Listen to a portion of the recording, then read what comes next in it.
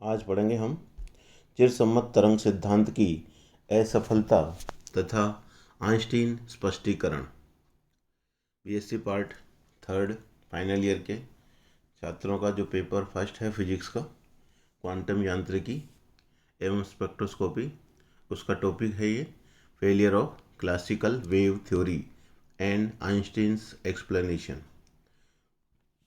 प्रकाश विद्युत प्रभाव आप पढ़ चुके हो। प्रकाश विद्युत प्रभाव के तरंग सिद्धांत की असफलताओं का आइंस्टीन क्वांटम सिद्धांत ने सहज स्पष्टीकरण प्रदान किया। उसका जो पॉइंट वाइज उन्होंने एक्सप्लेनेशन दिया वो इस प्रकार है। पहला पॉइंट है, चूंकि फोटो इलेक्ट्रॉनों की अधिकतम गतिज ऊर्जा निरोधी विभव आपतित फोटोनों की आवृत्ति न्यू पर निर्भर करती है। कल हमने समीकरण देखा था, ये H nu minus H nu zero is equal to small E zero है ना। एच न्यू आपतित फोटोन था और कार्यफलन यानी इलेक्ट्रॉन को धातु की सतह से बाहर निकालने के लिए जो ऊर्जा है न्यूनतम पाई, उसको कार्यफलन जो कि एच न्यू जीरो के बराबर थी। तो आपतित फोटोन की ऊर्जा में से यदि कार्यफलन को माइनस कर दें तो वो जो है half M V zero square के बराबर, यानी जो इलेक्ट्रॉन बाहर आ रहा है उसकी अधिकतम गति ऊर्जा के बराबर होगी। और उसी को हमने ई वी जीरो के बराबर कर दिया यदि वी जीरो स्टॉपिंग पोटेंशियल है, यानी निरोधी विभव जिसकी परिभाषा हम विभव में उसको ऊर्जा में कन्वर्ट करेंगे तो इलेक्ट्रॉन की आवेश ई यानी 1.6 इंटू 10⁻19 से गुणा करेंगे तो जूल में ये ऊर्जा आ जाएगी। इसलिए ये यहाँ पे V0 को बता रहा है। तो वापस पढ़ता हूँ, इसने क्या लिखा कि चूंकि फोटो इलेक्ट्रॉनों की अधिकतम गतिज ऊर्जा यानी निरोधी विभव आपतित फोटोनों की आवृत्ति न्यू पर निर्भर करती है, अतः फोटो इलेक्ट्रॉनों की अधिकतम गतिज ऊर्जा यानी निरोधी विभव का मान प्रकाश की तीव्रता पर निर्भर नहीं करता। तीव्रता को बार बार मैं आपको बताता हूँ, सबसे इम्पोर्टेंट चीज़ है।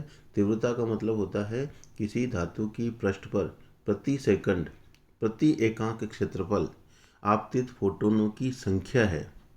इसमें कहीं भी ऊर्जा नहीं आ रही है। Number of photons incident on per unit area per second on the surface of metal.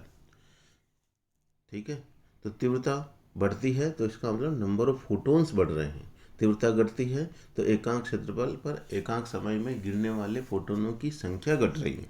ठीक है, एनर्जी या आवृत्ति से इसका कोई लेना देना नहीं है। इसलिए यदि अगर एक निश्चित आवृत्ति के फोटोन यदि आपके वहाँ गिर रहे हैं तो एक फोटोन की ऊर्जा क्या होगी, E equal to H nu होगी।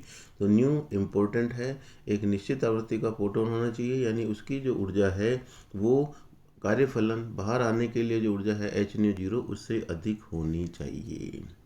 ठीक है, new should be greater than nu zero, यानी उसकी आवृत्ति दहली आवृत्ति से अधिक होगी तो इलेक्ट्रॉन बाहर आएगा वरना नहीं आएगा। ठीक है, इसलिए कह रहा है कि प्रकाश की तीव्रता बढ़ने पर धातु पर प्रति सेकंड आपतित फोटोनों की संख्या बढ़ती है, ना कि आपतित फोटोनों की ऊर्जा। पहले चिरसम्मत यांत्रिकी में यही माना जाता कि यदि तीव्रता बढ़ रही है इसका मतलब फोटोनों की ऊर्जा बढ़ रही है, जबकि ऐसा कुछ नहीं है। ऊर्जा फोटोन की वही है H new E, number of photons यानी टोटल एनर्जी उस पर जो आपतित हो रही है वो एन एच न्यू का हम कहेंगे। ये स्मॉल एन है, नंबर ऑफ फोटोन्स है वो बढ़ रहे हैं, not but new is constant. Clear. Second point है, यदि प्रकाश की आवृत्ति न्यू दहली आवृत्ति न्यू जीरो से कम होती है तो प्रकाश विद्युत प्रभाव दिखाई नहीं देता है, अर्थात आइंस्टीन का सिद्धांत दहली आवृत्ति की आवश्यकता को समझाता है। यानी if nu is less than nu zero there is no photo electric effect, electron will not come outside the surface. Third point है, आइंस्टीन सिद्धांत में एक फोटोन का अवशोषण एक इलेक्ट्रॉन के द्वारा ही होता है, अतः आइंस्टीन का क्वांटम सिद्धांत समय पश्चता नहीं होने की भी व्याख्या करता है। समय पश्चता का मतलब ये फोटोन यहाँ सरफेस पर गिरा, इसमें से इलेक्ट्रॉन को ऊर्जा मिली और ये तुरंत बाहर आ गया। इसका मतलब ये नहीं है कि इसमें टाइम का गैप हो गया, यहाँ निकला फिर उसको मिल रहा है, फिर ये बाहर आ रहा है, उसमें कुछ समय लग रहा है, ऐसा कुछ नहीं है। तुरंत इंस्टेंट ये मिली और ये तुरंत बाहर आया। ठीक है, there is no time lag. प्रायोगिक परीक्षण कर इसका सत्यापन भी किया और भौतिक विज्ञान में आइंस्टीन की इस देन के लिए उन्हें 1921 का नोबेल पुरस्कार प्रदान किया गया था। किसे? मिलिकन ने सन 1914 में आइंस्टीन के प्रकाश विद्युत प्रभाव के सैद्धांतिक कार्य का प्रायोगिक परीक्षण कर इसका सत्यापन किया और भौतिक विज्ञान में आइंस्टीन की इस देन के लिए उन्हें 1921 का नोबेल पुरस्कार प्रदान किया गया। आज फोटोन की अवधारणा को न केवल प्रकाश क्षेत्र के लिए बल्कि विद्युत चुंबकीय स्पेक्ट्रम के संपूर्ण क्षेत्र के लिए उपयोग में लिया जाता है। देखें चित्र 1.1। फोटोन क्वांटम सिद्धांत के अनुसार फोटोन कण रूप में यानी पार्टिकल लाइक व्यवहार करता है, जबकि फोटोन का विराम द्रव्यमान शून्य होता है। फोटोन का कोई द्रव्यमान नहीं होता है, मास लेस होता है ये। इसका अर्थ यह है कि फोटोन वह कण है जिसका अस्तित्व यदि होता है तो वह हमेशा 3 ×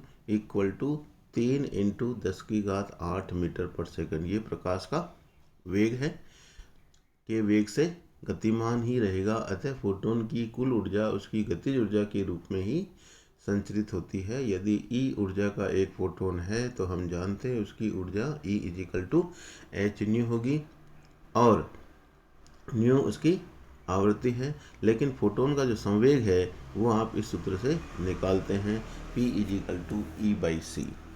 E का मान रखेंगे h/c और c/ν को अपन लेमडा लिखेंगे, तो हम जानते हैं P = h/λ। यदि ब्रोगली तरंग दैर्ध्य का जो सूत्र है उसके समतुल्य आ गया। तो किसी की कण की आपेक्षिकीय गति यानी रिलेटिविस्टिक मोशन में कुल ऊर्जा हम जानते हैं E² = p²c² + m02 c4, है ना। आइंस्टीन का जो ऊर्जा द्रव्यमान संबंध है आपेक्षिक, वो हम काम में ले रहे हैं। m0 कण का विराम द्रव्यमान है। चूंकि फोटोन का कोई द्रव्यमान नहीं होता है तो हम m0 को 0 कर देंगे, तो ऊपर वाले सूत्र में E² क्या हो जाएगा? p² रह जाएगा और m02 c4 गायब हो जाएगा। ये देखिए E² = p²c², इसका अंडर रूट लेंगे दोनों तरफ तो E = pc आ जाएगा। उससे हम p का मान E/c के बराबर लिख सकते हैं।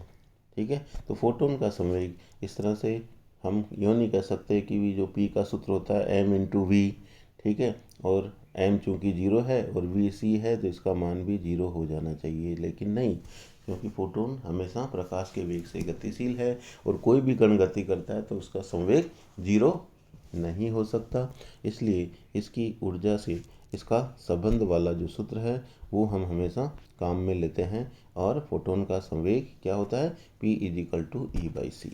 ये आपको सबसे इम्पोर्टेंट चीज़ है। न्यूमेरिकल भी इस पे आते हैं तो आप कर सकते हैं। लेकिन यहाँ क्या पढ़ा हमने कि किस तरह से चिरसम्मत तरंग सिद्धांत जो है फोटोन यानी प्रकाश विद्युत प्रभाव जो था उसकी व्याख्या करने में असफल रहा। इसलिए हमें क्वांटम सिद्धांत और आइंस्टीन ने उसका स्पष्टीकरण देकर इस तरह से इसको समझाया। धन्यवाद।